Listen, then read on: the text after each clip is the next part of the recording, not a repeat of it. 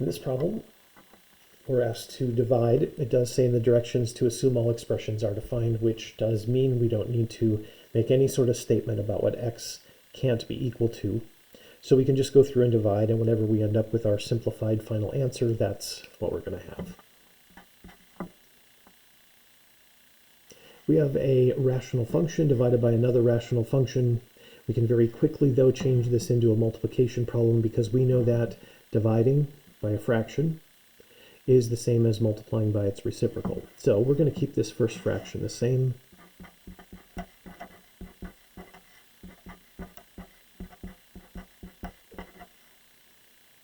And then for the second part, dividing by a fraction is the same as multiplying by its reciprocal. So I'm going to take this second fraction and I'm going to flip that over.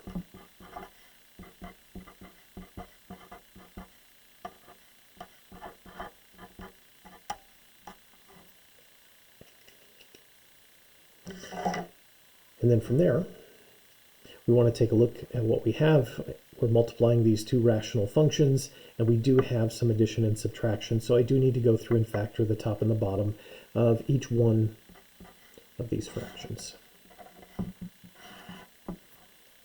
When you do that, it would be good if we could do it all in one big step. So if you can do this factoring in your head, that's totally fine. You wouldn't have to show any work or anything.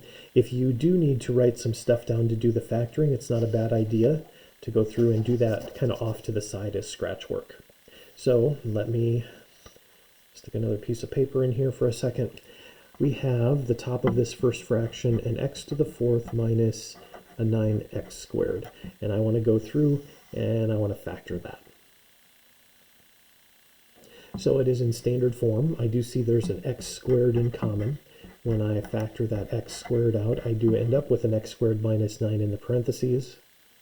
This is a difference of squares pattern, so we can factor another step. X times x gives us x squared. 3 times 3 gives us 9. And then with that difference of squares pattern, we do need to alternate. And that it does not factor anymore. So the top of our first fraction here, x to the fourth minus 9x squared, if you go through and factor that, either in your head or doing some scratch work off to the side, we end up with x squared times x plus 3 times x minus 3. The bottom of that first fraction is an x squared minus 4x plus 3. It's in standard form. There's nothing in common. I do have a 3-term polynomial. That's going to be the add multiply method. But I do have a 1 in front of the x squared, so I will be able to use the shortcut. So I think I can do this one in my head. I'm looking for two numbers that add to be -4 and multiply to be 3. And those two numbers are an x plus 3. Oops. Thought I could do it in my head. I was wrong. Those two numbers are a -3 and a -1. So we end up with an x minus 3 times an x minus 1 down in the bottom. Top of the second fraction is an x squared minus 16. That's a difference of squares pattern again. And that can't be factored anymore after that step. The bottom of the second fraction, though, that one looks a little more complicated. So here's what I need to factor next. I have this x to the fourth plus 2x cubed minus 8x squared. And we need to factor that. Well, there is an x squared in common. And then we're left with a trinomial in the parentheses. So I want to try the add multiply method. I think I can do that step in my head here too because I can use the shortcut. So I'm looking for two numbers that add to be positive 2 and multiply to be -8. And those two numbers would be a positive 4 and a -2. So the bottom of this fraction here, when I go through and factor that, we get an x squared times an x plus 4 times an x minus 2. All right. Now if you look at the top and the bottom of all four of those spots there, on both of those fractions, we don't have any addition or subtraction outside the parentheses. which means we can now start canceling things out. If there's something in the top of one fraction, and you see a matching one of those same things in the bottom of the other fraction or the same fraction, then we can cancel that out.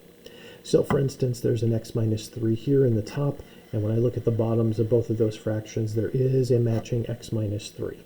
When you're canceling out things in parentheses, it has to be an exact match or you can't cancel that.